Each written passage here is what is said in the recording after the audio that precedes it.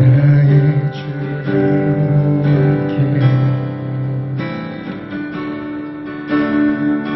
찬양 드리며 그 크신 사랑 주님 좀 감사해.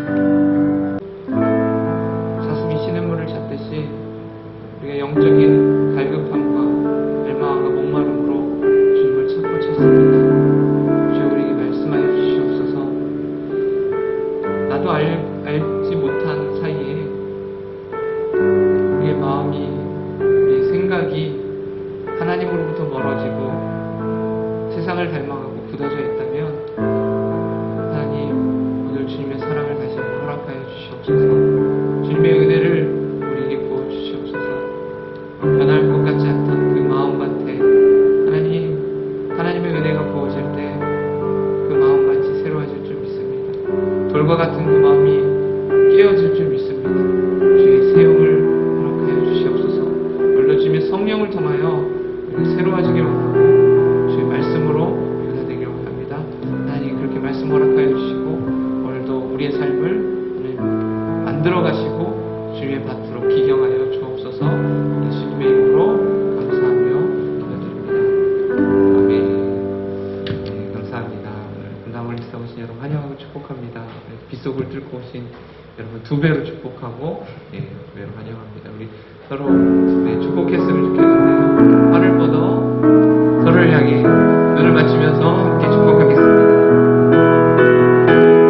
은혜의 주님이 당신을 축복하고 사랑의 주님이 함께 하시네.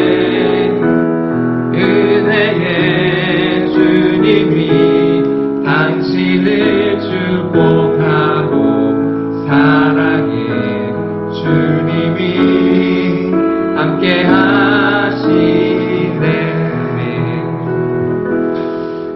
오늘 우리에게 주신 하나님의 말씀은 고린도후서 8장 1절부터 15절에 있는 말씀입니다.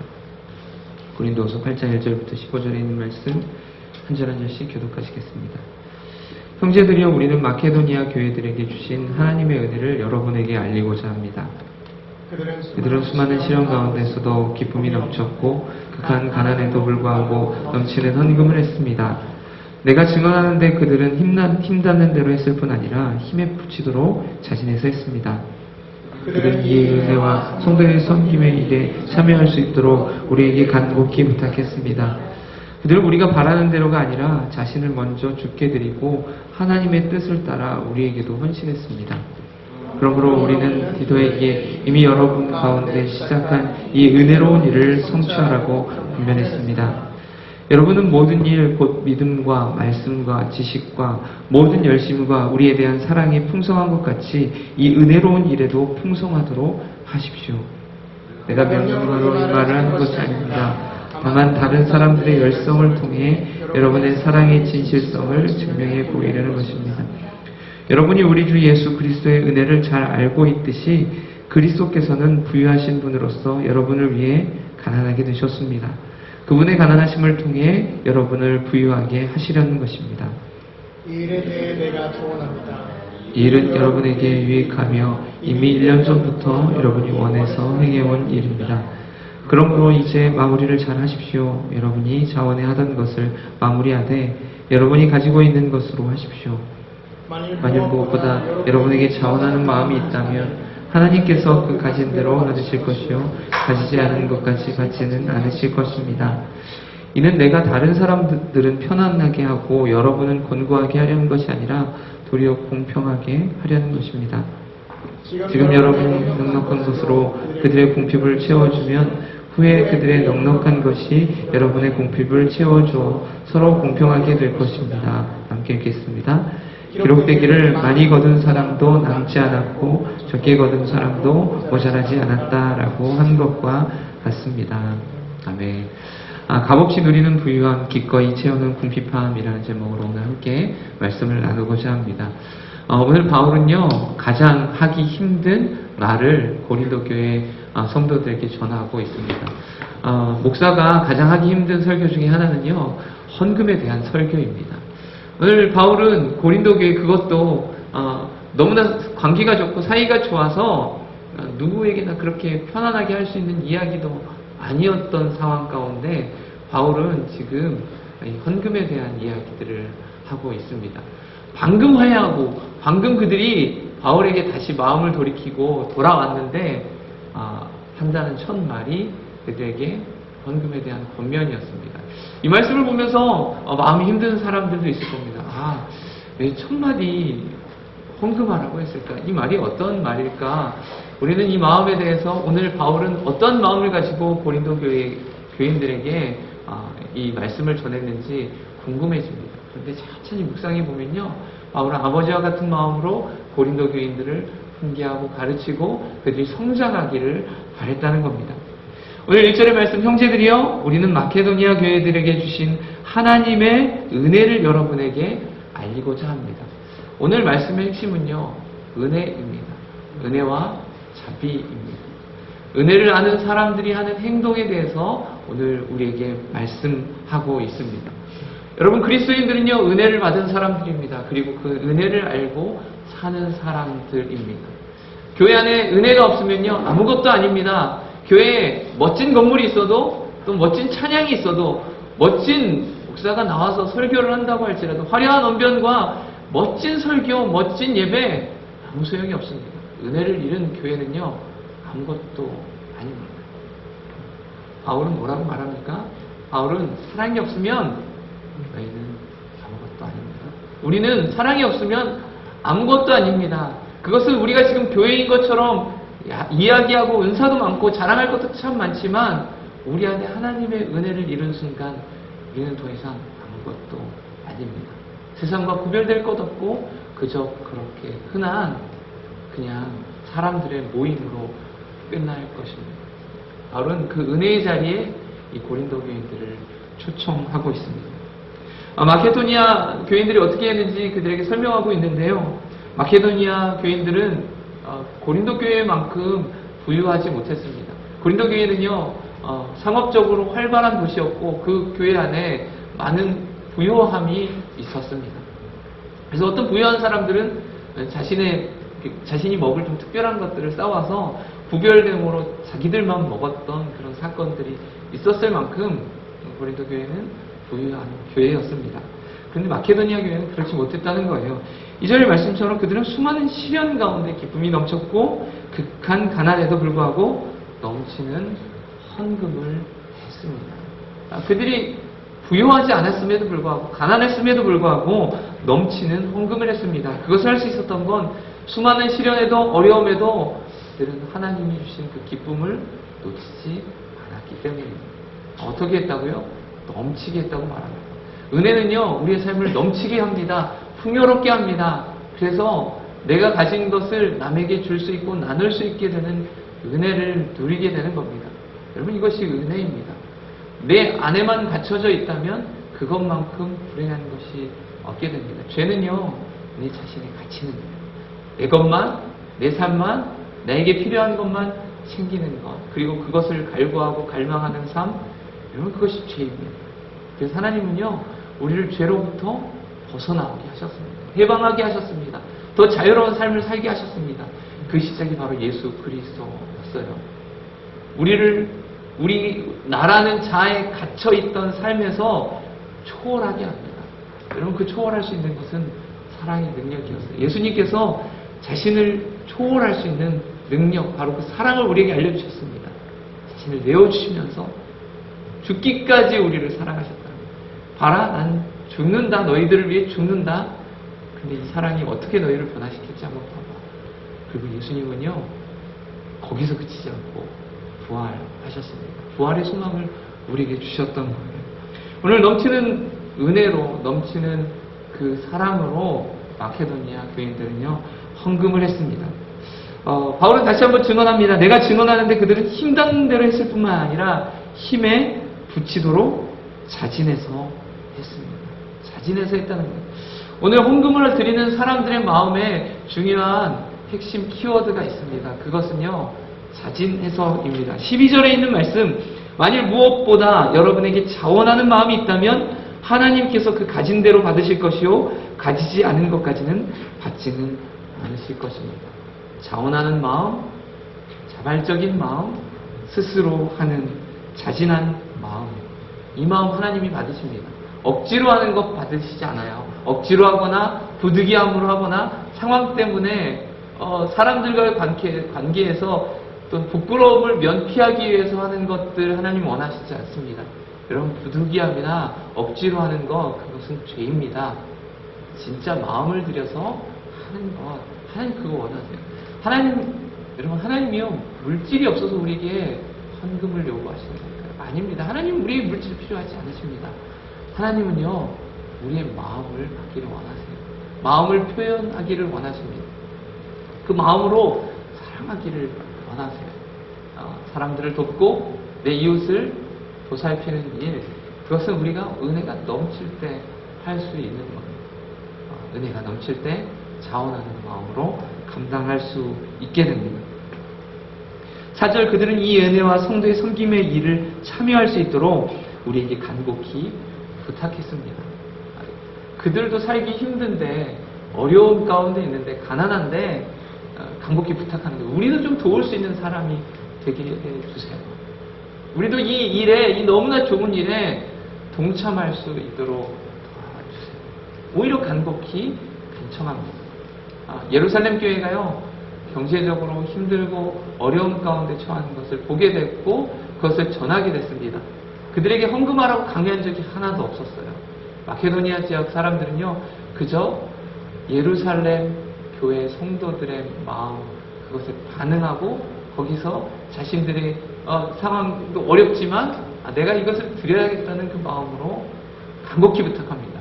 우리도 좀 드릴 수 있게 해주십시오. 우리도 그들을 도울 수 있는 사람이 되게 해주십시오. 저는 여러분 은혜가 넘치면요, 이러한 일이 일어나게 된다고 믿습니다. 여러분의 삶뿐만 아니라 초월해서 누군가 어려운 사람들의 마음 가운데 닿을 수 있는, 반응할 수 있는 그런 기쁨이 넘치는 사람들이 되기를 축복합니다.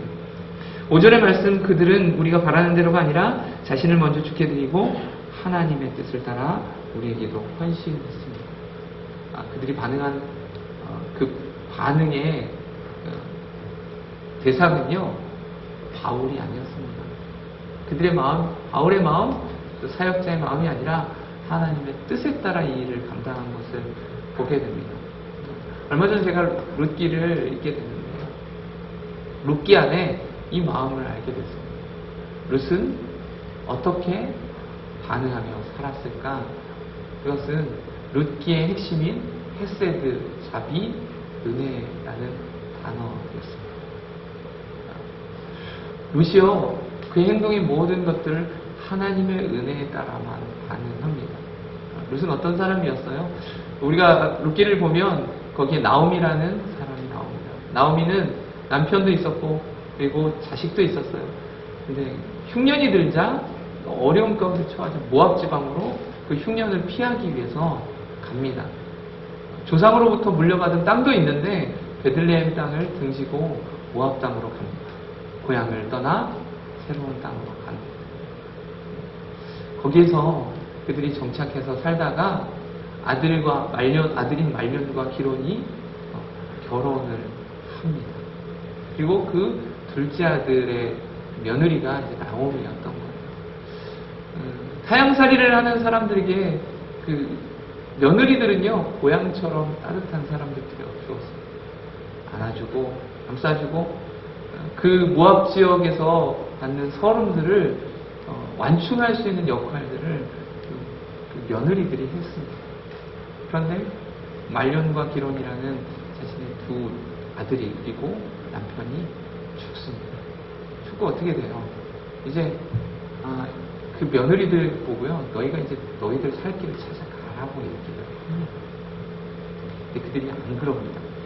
아닙니다. 저는 어머니한테 있겠습니다. 아니야, 너희들은 빨리 너희 살 길 찾아야 돼. 그러니 두 사람, 이 가족의 마음이요, 너무나 아름답습니다. 그 이유는 그 가족이 서로를 향해 사랑하고 있었기 때문에, 사랑의 마음으로 서로를 돌보기 있었기 때문에. 어머니는요, 그 시어머니는 며느리들의 삶이 걱정된 거예요. 너희 나랑 이렇게 살면 안 돼. 너희들 빨리 제 살 길 찾아가야 돼. 좋은 남편 다시 만나야지. 이제 나를 떠나가라. 그런데 과부였던 나옴이 혼자 남겨진다는 건 그냥 구걸하다 그렇게 죽어갈 수밖에 없는 상황이었어요. 그럼에도 불구하고 자신의 형편을 돌보기보다는 며느리들의 상황을 걱정합니다. 너희들 가라. 근데 며느리들은 어때요? 어머니가 걱정이 돼요. 아닙니다. 절대 가지 않겠습니다. 첫째 며느리는 가게 됐지만, 강권하자 가게 됐지만, 둘째 며느리였던 룻은요, 어머니 나 떠나라고 말하지 마십시오. 어머니의 하나님이 나의 하나님이 되고 어머니의 백성이 나의 백성이 될 것입니다. 나는 결코 어머니를 떠나지 않겠습니다. 어머니와 함께 있고 살겠습니다. 그 어머니의 그 명령을 거부합니다. 거역합니다. 끝까지 남습니다. 그런데 이제 베들레헴으로 돌아와요. 거기에서 그들이 베들레헴으로 돌아온 그 상황에서 어머니가 그에게 얘기합니다. 뭐라고 얘기해요? 보아스라는 사람이 있는데 그에게 가서 너가 이런 일을 해라. 목욕도 잘하고 깨끗하게 단장한 다음에 추수 때가 되었을 때 보아스 옆에 누워라. 어떻게 보면 이게 미인계를 통해서 우리는 오해를 합니다. 보아스한테 결혼해라, 시집 가라 이렇게 얘기하는 걸 수도 있어요. 근데 그거 아니었습니다. 뭐냐면요, 그가 우리의 기업 물을 자야. 기업 물을 자라는 건 이스라엘의 전통 중에 하나였는데요. 이스라엘 사람들이 서로를 돌보는 전통 중에 하나였습니다. 그들이 누군가 돈이 없고 힘들어서 자기의 기업을 잃어버렸을 때 주변의 친척들, 가까운 사람들 중에 유력한 사람들, 돈 있는 사람들이 자신이 가진 걸 가지고 그 기업을 찾아줍니다. 그리고 되찾아서 돌려줍니다.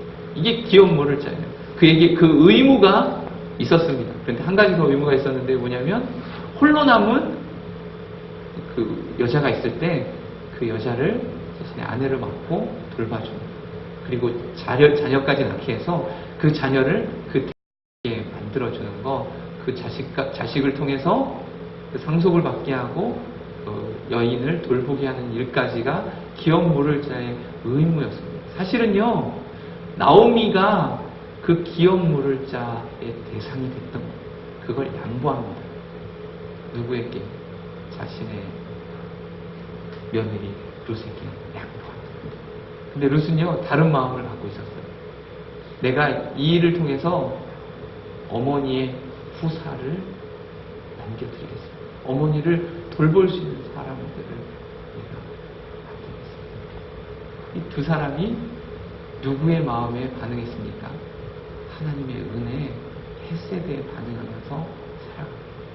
룻도요, 어머니의 말씀에 한 번은 불순종하고 한 번은 순종했잖아요. 이게 모두 하나님의 뜻에 그 헤세드에 반응한 거예요. 그랬을 때 하나님께서 그 가족을 통해 놀라운 하나님의 일들을 이루어 가십니다. 그 사랑의 관계 가운데 있던 그 가족을 통해서 다윗 가문이 이어지는 거예요. 하나님 그거 계획하고 계십니다. 우리가 가진 것 없고 부족하고 연약하지만 서로를 향한 하나님의 사랑에 반응하며 살 때, 그 헤세드 안에 살 때 하나님께서는요, 하나님의 일을 이루어 가십니다. 우리가 할 수 없는 그 일들을 하나님이 이루어 가십니다. 저는 여러분들이요, 하나님의 뜻에 그 헤세드의 그 사랑의 마음에 반응하며 사시게 되기를 주님의 이름으로 축복합니다. 그럴 때 하나님이 일하실 거예요. 오늘 여러분의 삶 가운데도 일하시게 될 줄 믿습니다. 바울은 그래서 디도에게 다시 한번 권면합니다. 고린도 교회에 헌금하라고, 어려운 사람들을 도우라고, 그들을 돕는 마음, 그것은 넘치는 마음이었습니다.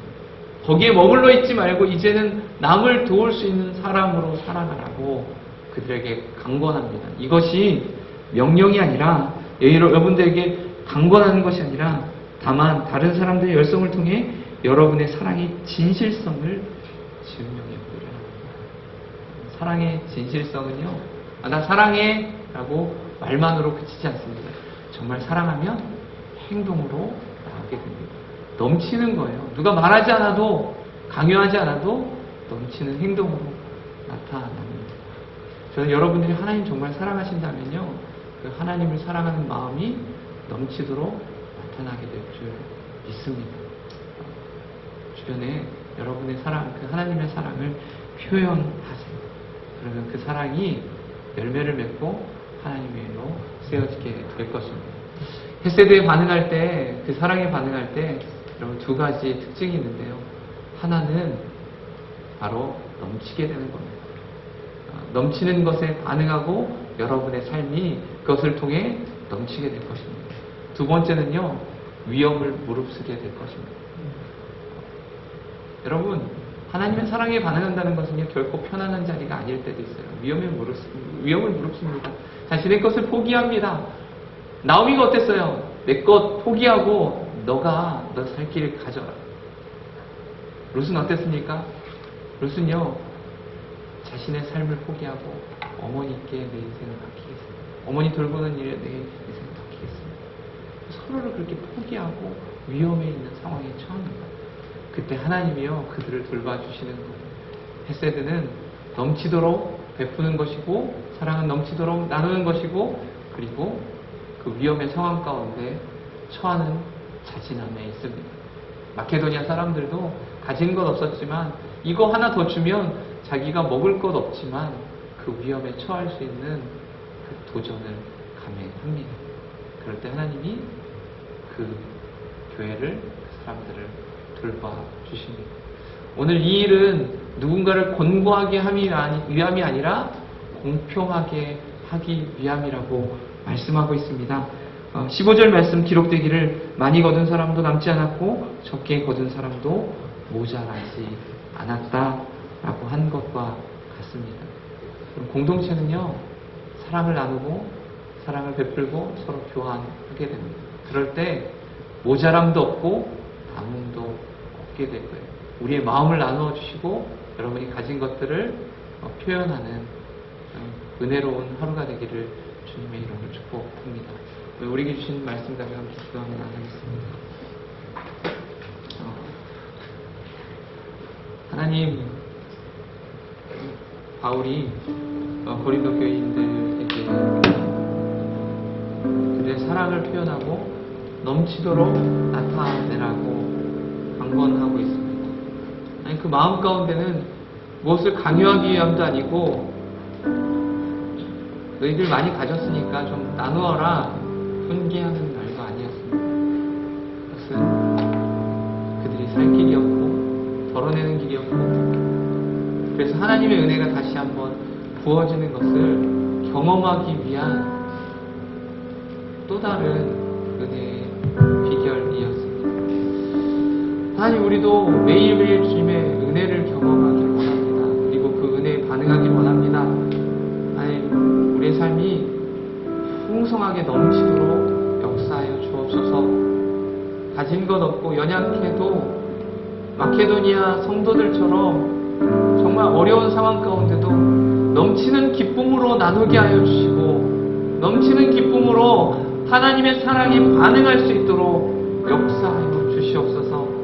그럴 때 그 헤세드가, 그 사랑이, 그 자비가 우리에게 하나님 사랑의 마중물로 쓰여져서 넘치는 하나님의 은혜가 폭포수와 같이 흘러넘쳐 삶을 변화시키고 고치고 하나님 축복의 통로로 사용할 줄 믿습니다.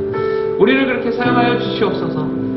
내가 가진 것 그것만 움켜쥐기 위한 인생이 아니라 하나님 주변을 돌아보아 사랑과 선행으로 격려하고 어려운 사람들을 아끼고 품을 수 있는 하나님 안에서 더 넓어지는 거룩한 백성들이 되게 하여 주시옵소서.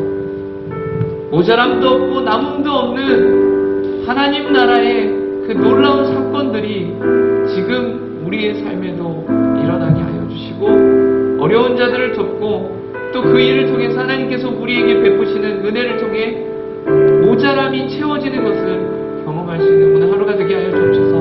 하나님, 오늘 그 신실함으로 역사하시는 주님 앞에 반응하며 나아갑니다. 오늘 우리가 무엇에 반응하겠습니까? 사람의 말에, 상황에 반응하지 않게 하시고 오직 하나님의 말씀에 그 사랑과 은혜에 반응하며 나아가는 오늘 거룩한 하루가 되게 하여 주시옵소서. 우리 함께 오늘 하루를 주님 앞에 올려드리며 기도하며 나아가겠습니다. 기도하시겠습니다.